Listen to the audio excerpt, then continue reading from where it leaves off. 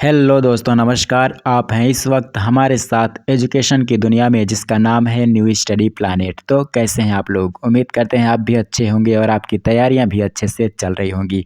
आज की वीडियो में हम लेकर आए हैं हिंदी का प्रैक्टिस सेट। तो आइए शुरू करते हैं आज का अपना महत्वपूर्ण वीडियो बिना वक्त गंवाए हुए। पहला प्रश्न लेते हैं। पहला प्रश्न है, अलौकिक शब्द का विपरीत शब्द निम्नलिखित में से कौन सा है? लौकिक, पारलौकिक, भौतिक या फिर नैसर्गिक? अलौकिक का विपरीत शब्द आपको बताना है चारों विकल्पों में। तो कौन सा विकल्प सही हो जाएगा? सही विकल्प हो जाएगा यहाँ पे विकल्प ए, लौकिक। नेक्स्ट है, जिसका कोई आकार ना हो के लिए एक शब्द क्या होगा? विकल्प हैं आपके साकार, निराकार, विकार या फिर प्रकार। जिसका कोई आकार ना हो उसे क्या कहेंगे? तो सही विकल्प हो जाएगा विकल्प बी, निराकार। अगला प्रश्न कौन सा है? अस्सी।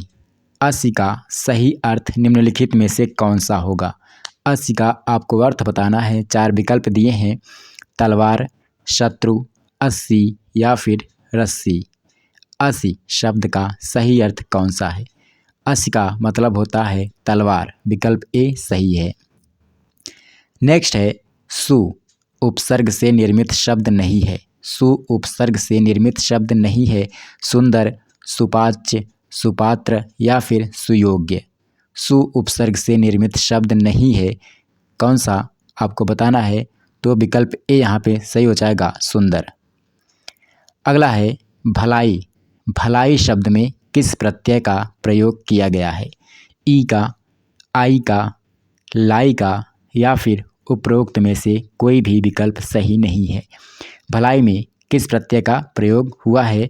तो सही उत्तर हो जाएगा विकल्प बी, आई का। अगला है, धूल फांकना। धूल फांकना मुहावरे का सही अर्थ क्या होगा? धूल फांकना मुहावरे का सही अर्थ क्या होगा? सफाई करना, मारा मारा फिरना, धूल झाड़ना या फिर पानी मारना। क्या हो जाएगा? तो सही उत्तर हो जाएगा मारा मारा फिरना। अगला प्रश्न क्या है? अगला प्रश्न है, ठीकरा फोड़ना। ठीकरा फोड़ना मुहावरे का सही अर्थ क्या है? मटकी फोड़ना, दोष लगाना, पत्थर तोड़ना या फिर उपरोक्त सभी। ठीकरा फोड़ना मुहावरे का सही अर्थ हो जाएगा विकल्प बी, दोष लगाना यानी इल्ज़ाम लगाना। अगला प्रश्न है, निम्नलिखित में से कौन सा शब्द शुद्ध है? शुद्ध आपको बताना है। पस्फुटन, परस्फुटन, प्रस्फुटन या फिर प्रस्फुटिन। कौन सा विकल्प यहाँ पे सही हो जाएगा? शुद्ध कौन सा है? कौन सा शब्द शुद्ध है? तो विकल्प सी यहाँ पे प्रस्फुटन शुद्ध शब्द है। नेक्स्ट है, निम्नलिखित में से कौन सा शब्द अशुद्ध है? यहाँ पे अशुद्ध शब्द आपको बताना है। वज्र, पूज्य, वाल्मीकि या फिर समुद्रिक। कौन सा विकल्प अशुद्ध है? तो यहाँ पे विकल्प डी जो है सही हो जाएगा, समुद्रिक। समुद्रिक अशुद्ध है जबकि शुद्ध होगा सामुद्रिक। नेक्स्ट है, निम्नलिखित में से शुद्ध वाक्य चुनिए। मैं आपके दर्शन करने आया हूँ, हम आपके दर्शन को आया हूँ, अपुन आपके दर्शन को आया है, मैं दर्शन को आया हूँ आपके। तो सही वाक्य कौन सा हो जाएगा? सही वाक्य हो जाएगा मैं आपके दर्शन करने आया हूँ, विकल्प ए। अगला प्रश्न है, भयानक रस का अस्थाई भाव क्या होता है? भयानक रस का अस्थाई भाव क्या होता है? शोक, रति, आश्चर्य या फिर भय। भयानक रस का अस्थाई भाव आपको बताना है चारों विकल्पों में से। तो सही विकल्प कौन सा हो जाएगा? सही विकल्प हो जाएगा डी, भय। अगला प्रश्न है, दुख ही जीवन की कथा रही, क्या कहूँ आज जो नहीं कही, में कौन सा रस है?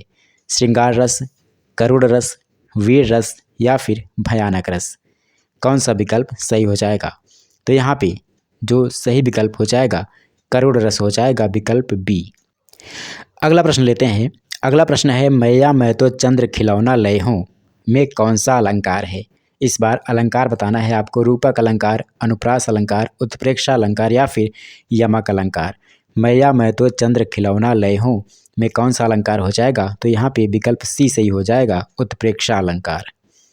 अगला प्रश्न है, परमाल रासो निम्नलिखित में से किसकी रचना है? परमाल रासो निम्नलिखित में से किसकी रचना है? चंद बरदाई की, बीसल देव की, जगनिक की या फिर विकल्प डी नरपति नाल की। किसकी रचना है परमाल रासो? तो सही उत्तर हो जाएगा विकल्प सी जगनिक।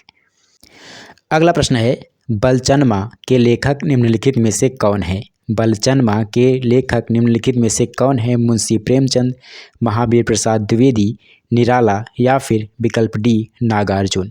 बलचनमा के लेखक हैं विकल्प डी नागार्जुन। ठीक है।